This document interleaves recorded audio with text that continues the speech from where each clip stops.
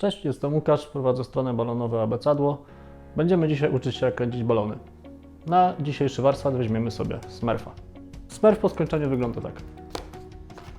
Jak widzicie, będzie to Smurf z balonu 260. Żeby go zrobić, potrzebujemy 4 takie balony. 2 niebieskie i 2 białe. Każdy balon pompujemy mniej więcej na tyle samo. Do połowy. Połowa na 260 i w zasadzie na większości innych balonów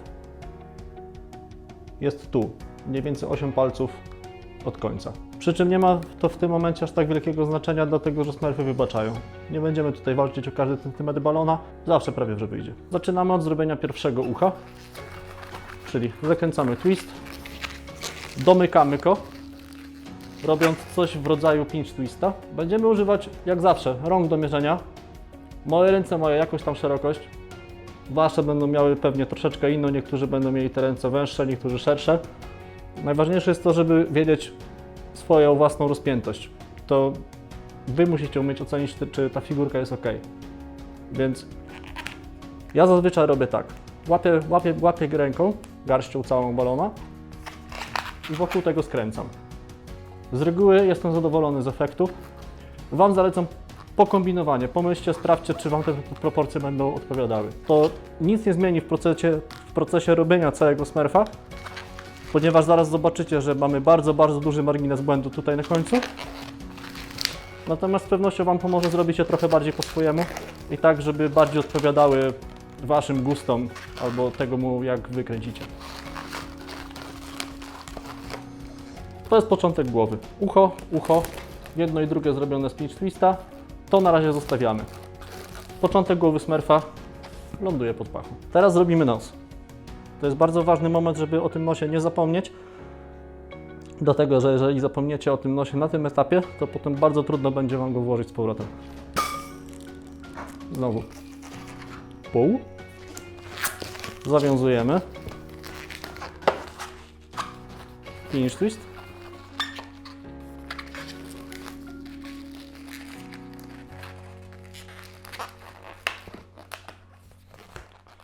I teraz kładziemy nos po wewnętrznej stronie głowy i używając tych dwóch bocznych twistów jak rolek wtaczamy nos do środka, aż pojawi się po drugiej stronie.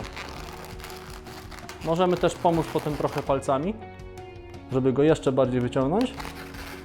I teraz zaczniemy brać się za czapkę.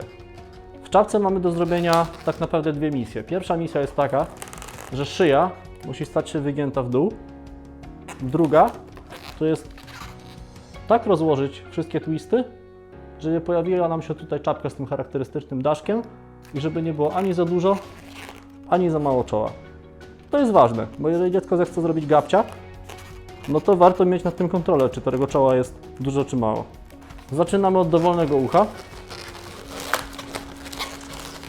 Dokręcamy balon tak, żeby się trzymał. W pierwszej kolejności pilnujemy tego, żeby szyja stała się wyprostowana. Osiągamy to tak. Wzdłuż tyłu głowy dokręcamy pierwszą część czapki, drugą część czapki,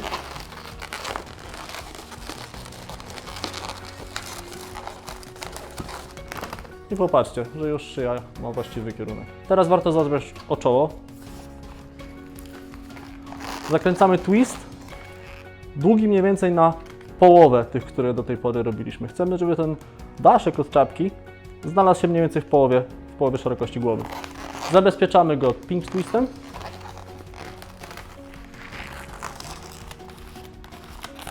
Dodajemy daszek, czyli loop.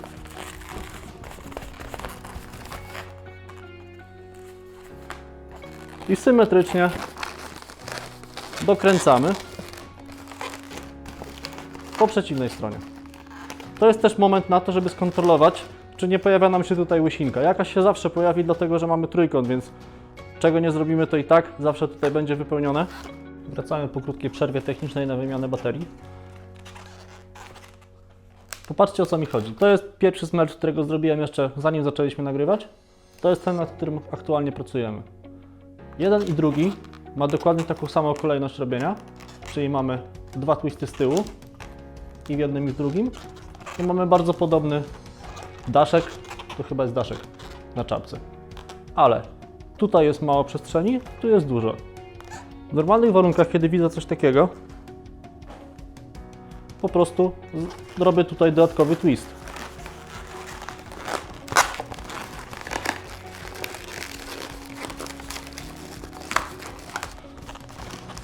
I w tym momencie ukrywamy dosyć sporo z tego białego, z tego niebieskiego balona w środku.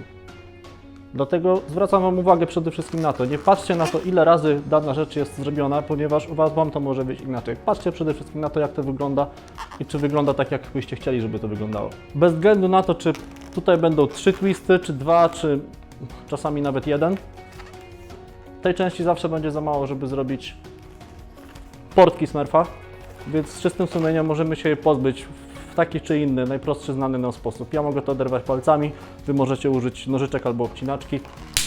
Odrywamy, wyrzucamy, zabezpieczamy końcówkę i pilnujemy, żeby końcówki nie było widać, bo estetyka. Mamy już szyję wystającą we właściwym kierunku, więc robimy na niej miejsce na ręce.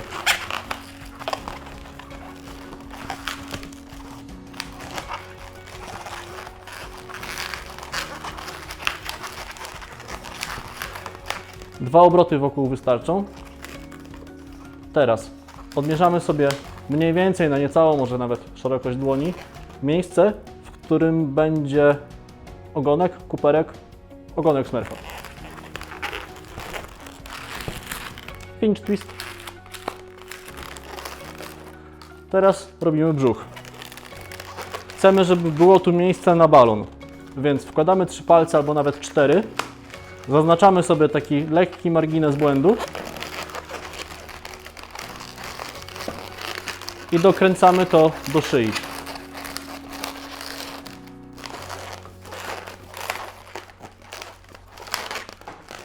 I na razie tę część możemy spokojnie zostawić. Być może będziemy jej używać jako ręki, być może nie.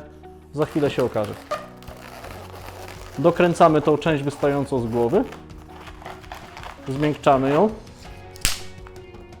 odrywamy. Tę końcówkę możemy na chwilę zostawić, a tę zabezpieczamy i zawiązujemy.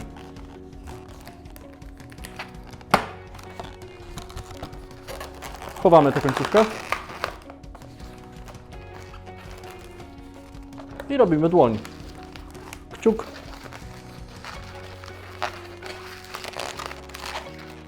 pięść,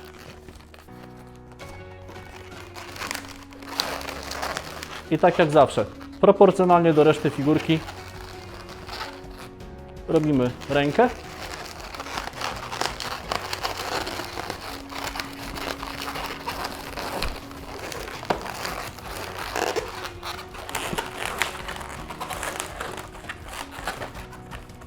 Wkręcamy ją tutaj i już w tym momencie widzimy, że ta część prawdopodobnie nie będzie potrzebna.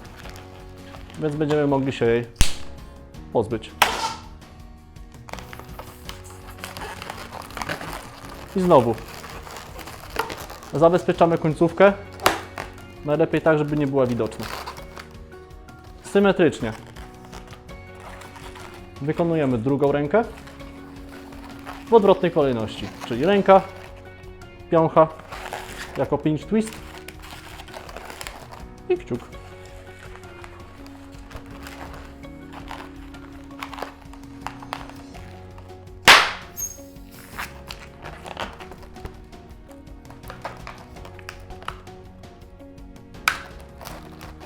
Teraz nigdy nie możemy pozwolić na to, żeby zostało coś takiego jak taki bubble. Więc wszystkie te latające końcówki odcinamy. I od razu wygląda to lepiej. To też dotyczy ustników, jeżeli jakieś wystają. Bierzemy się za ostatni biały balon i będziemy robić portki Smurfa. Zaczynamy od pierwszej stopy. Do tego robimy piętę. Oczywiście z pinch twista.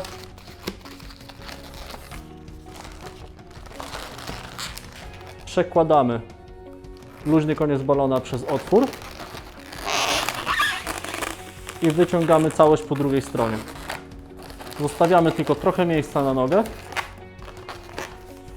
i robimy tutaj kształt, nazwijmy to takiej podkówki. Łączymy ze sobą oba końce tej podkowy i dorabiamy kolejną stopę.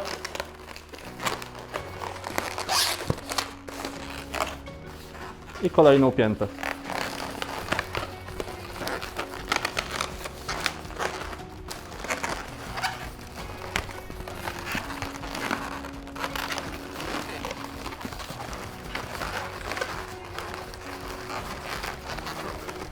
Reszty balona się pozbywamy.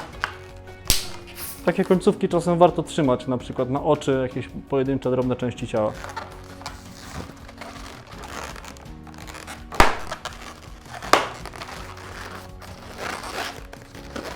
Teraz układamy wszystko. Chcemy, żeby pięty były razem i stopy były względnie razem. Dalej, chcemy, żeby kuperek był z tyłu, a nie z przodu. Oj, uwierzcie mi, że chcecie, żeby on był z tyłu. Ostatnia rzecz, jaka nam została, to jest malowanie. I teraz malowanie to jest cała osobna warstwa skilla, którego trzeba się nauczyć. Ja mogę Wam dać co najwyżej kilka praktycznych rad. Po pierwsze, jeżeli malujemy na czarno, to wyłącznie markerami alkoholowymi. Moja strategia jest taka, że idę do sklepu plastycznego, biorę i sprawdzam, co najładniej kryje. Nie jestem fanem największym tych flamastrów, ale wiem, że działają dobrze i mogę z nimi bardzo szybko robić i zamalowywać duże powierzchnie. Przy malowaniu Smurfa zawsze warto sobie przesunąć ten nos na bok, żeby nie przeszkadzał. Jeżeli macie jakieś talenty prestidigitacyjne, możecie zawsze wykorzystać to do tego, żeby dziecko trochę przestraszyć albo po prostu pogadać. I malujemy.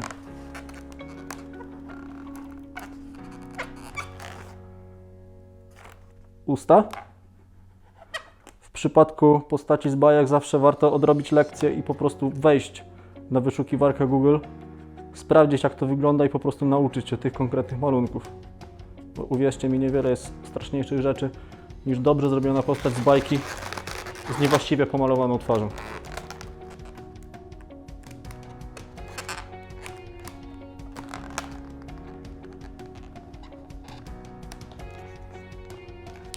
To jest nasz wstęp. Malujemy biały. Do białego używam i sądzę osobiście, że powinno się używać wyłącznie tego Eddinga 750 z dwóch powodów. Po pierwsze, kryje bez reszty, czyli w 100% pokryje każdy kolor, każdą zamalowaną powierzchnię. 2. Można po nim malować, w przeciwieństwie do bardzo wielu innych białych flamastrów. Więc jeżeli na przykład używacie dużo kolorowych szarpich i nie chcecie ich sobie rozwalić tym, że na przykład malujecie białe oko, a na nim chcecie pomalować kolorową tęczówkę, no to Edding naprawdę uratuje Wam życie. Jesteśmy na tym etapie. Teraz robimy wykończenie. Ten biały tutaj jest potrzebny dlatego, żeby nasz czerwony, który pomaluje język, był lepiej widoczny. Malujemy język. Czasem warto dać czas Eddingowi, żeby wysechł. On nie jest najszybszy pod tym względem. Natomiast gwarantuję Wam, że jeżeli go dobrze użyjecie, to robicie taką robotę, że wszystkim czapki spadają. Domalowujemy źrenicę.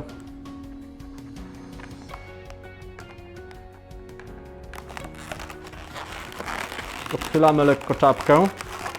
Domalowujemy brwi.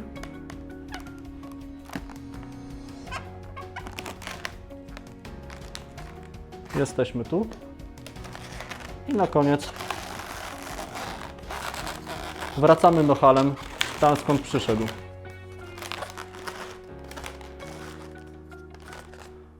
I voilà! Mamy własnego balonowego Smurfa i gwarantuję Wam, że każde dziecko, które coś takiego dostanie, będzie Waszym najlepszym przyjacielem do końca życia. Dzięki.